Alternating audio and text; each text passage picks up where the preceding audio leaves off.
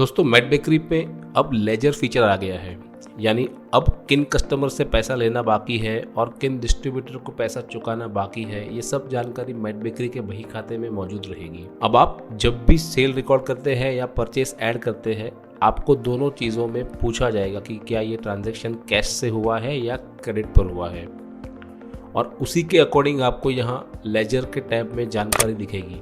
तो जैसे कि आप यहाँ देख सकते हैं, कस्टमर और डिस्ट्रीब्यूटर दोनों की एंट्रीज यहाँ दिख रही है। आप यहाँ देख सकते हैं कुछ डिस्ट्रीब्यूटर के सामने अमाउंट फिगर जो है वो ग्रीन कलर में है, यानी हमें उनको ये पैसे चुकाने बाकी है, और कुछ रेड कलर में होंगे, यानी जिनके पास से हमें पैसा लेना बाकी है। जैसे कि आप यहाँ देख रहे हैं, यहाँ हमारी कुछ एंट्रीज दिखाई दे रही है।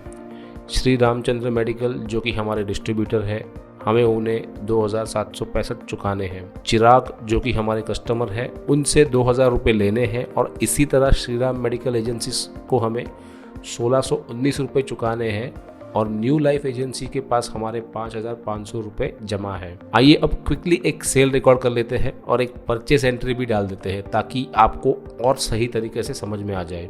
तो यहाँ हम एक सैंपल सेल रिकॉर्ड कर लेते हैं।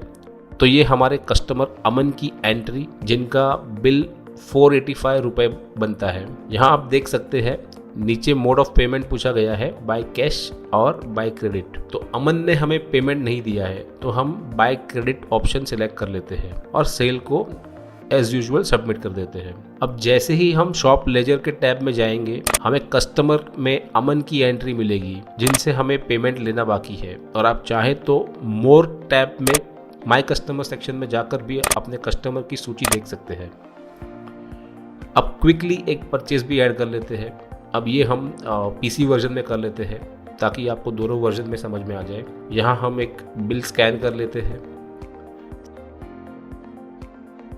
स्कैन करते ही हमें ऊपर के हिस्से में पूछा जाएगा कि ये एंट्री कैश में है या क्रेडिट में।